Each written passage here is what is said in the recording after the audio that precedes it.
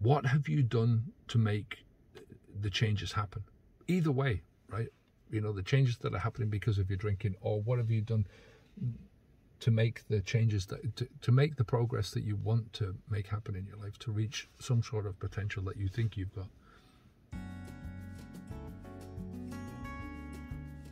Welcome back. Today I'm going to talk about the most effective alibi to keep drinking alcohol.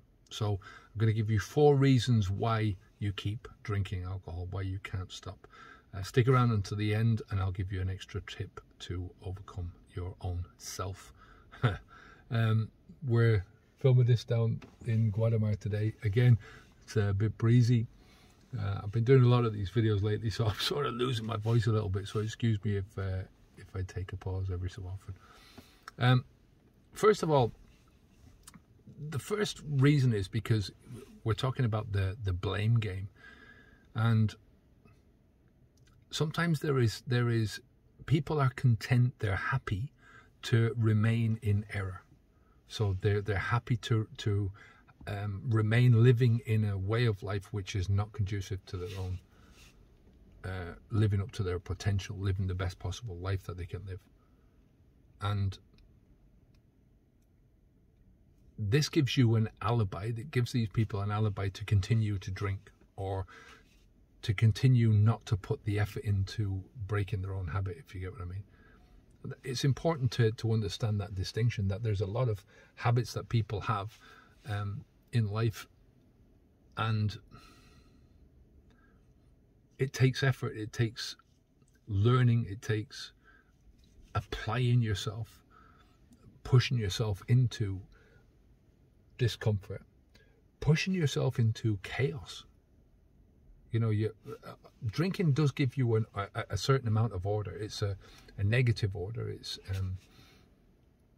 but you understand it. People, when I was drinking, I understood what I was doing. I go to work, and regardless of how tough the work was getting, because I was drinking, I always had the drinking to look forward to in the evening. The anticipation of the drinking was actually, for me, and for a lot of people that I speak to, is one of that once you've had that first drink, then the anticipation leaves, and the relief is in having that first drink. And it's not because you've had the first drink, but it's because you've relieved the anticipation, and then you're into the routine. And it's the routine which this is the thing that people find it very difficult to move away from, because even though the routine is destructive, it's a form of stability. And when you stop the routine, you deliver yourself onto chaos, and that's the problem. That's one of the problems anyway. So I think a lot of blame, this blame game that we play, we blame the past, we blame things that have happened in our past, our parents, our upbringing, our schooling, the things that we should have done, could have done. I've heard somebody recently referring to that as shoulding all over yourself. I think it's appropriate. But we blame things in the present as well. You know, this is, my job is shit. My family life is shit. This is shit. That's shit. All of these things that are shit in life, which wouldn't be shit if only I could turn myself around, right? This is not the right time for me to do these things. This is at my current skill level, the current psychological processes, the current thinking, I can't do this. All blaming something outside of yourself. It's outside of yourself, but it can be anything that's outside of your control. So it can be something internal, like your genes, or like, say, your skills, or whatever it is that you think is stopping you from making the changes that are necessary to make. Number 2 is avoiding personal responsibility. And everyone's responsible for their own lives. Nobody else is going to take that responsibility. Nobody else is going to take that burden on. So nobody else is going to do the press-ups for you. Nobody else is going to lose the weight for you. Nobody else is going to stop the smoking or the drinking. Nobody else is going to study for the exam. You know, somebody else can falsify the end result and say, oh, here's a paper, you've got your degree, but nobody else can put that knowledge into your brain. That is the knowledge that gained you the degree. Do you get what I mean? So, you know, when you blame, you avoid a personal responsibility, because you're saying it's basically not my fault. I didn't do this. It's a weird situation to be in. You know, people are avoiding the responsibility for their own lives, for their own downfall, for their own everything that's going wrong. And it's a thing that you have to take on for yourself, you know. The responsibility for your thoughts and for your actions and for everything that goes on in your life. So long as you avoid that, you're going to fail in things like this, because it takes, like I said, it takes a responsibility to move out of that stability and into that chaos, and not only move into that chaotic framework, but to organize yourself and organize your thoughts in such a way that you take responsibility for that moving forwards and that ordering, for that to deliver yourself back into a stable position again.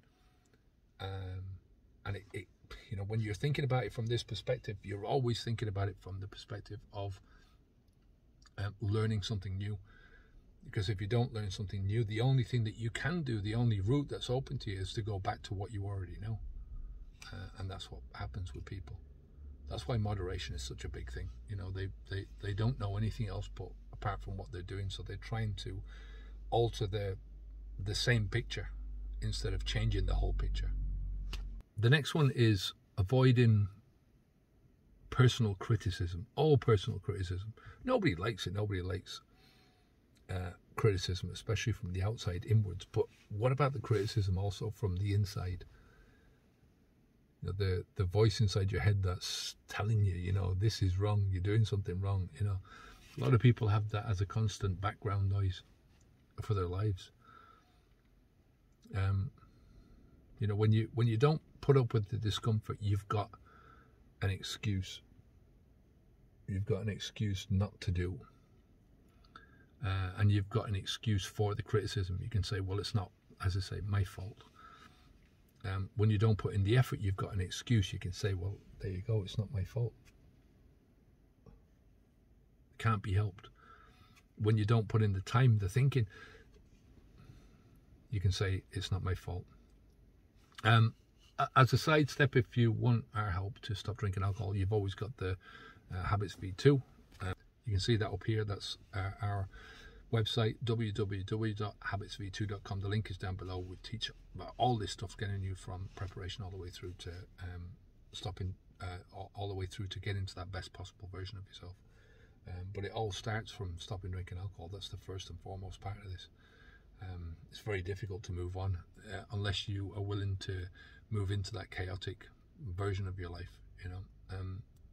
But we're also talking about if you want some immediate help and some free help, you can take on our Quick Start Preparation Guide, which is absolutely free. The link is down below. Gives you a lot of clarity about where you're going to go, gives you the confidence to get there, and, you know, moves you forwards in a bit of courage to step across that line. So, like I said, this is all about trying to come across the most effective alibi to keep drinking alcohol, the most effective things that you're telling yourself in order for you to carry on doing what you're doing. And that is to continue with the habit, to continue with the stability. And, you know, this is all, it's an understandable way of living your life, because change is tough. Change is tough. Change happens anyway. We've said that loads of times. Change is going to happen anyway, but you actually putting in the effort to your own change and directing your own change is tough. Because where do you go?